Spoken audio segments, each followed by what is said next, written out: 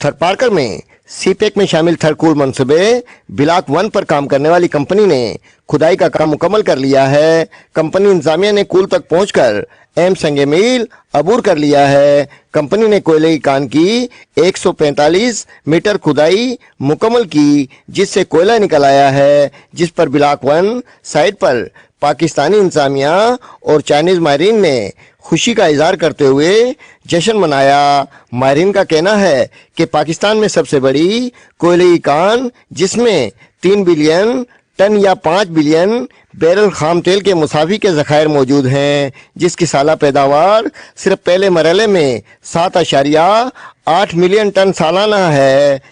जबकि इस ज़मन में प्रोजेक्ट के CEO मिस्टर ली चैन और चौधरी अब्दुल करीम का कहना है, ये कामयाबी हमारी मैनेजमेंट टीम और प्रोजेक्ट साइट पर मौजूद दीगर मुलाजमिन की मुश्तरका और मरबूत कोशिशों का नतीजा है और ये मकामी वसाइल की बुनियाद पर पाकिस्तान को तवानाई की सलामती और इक़्तिसादी सलामती और खुद मुख्तारी के अहम देनेवाला मकसद को हासिल करने के लिए एक तवील सफ़र तय करेगी।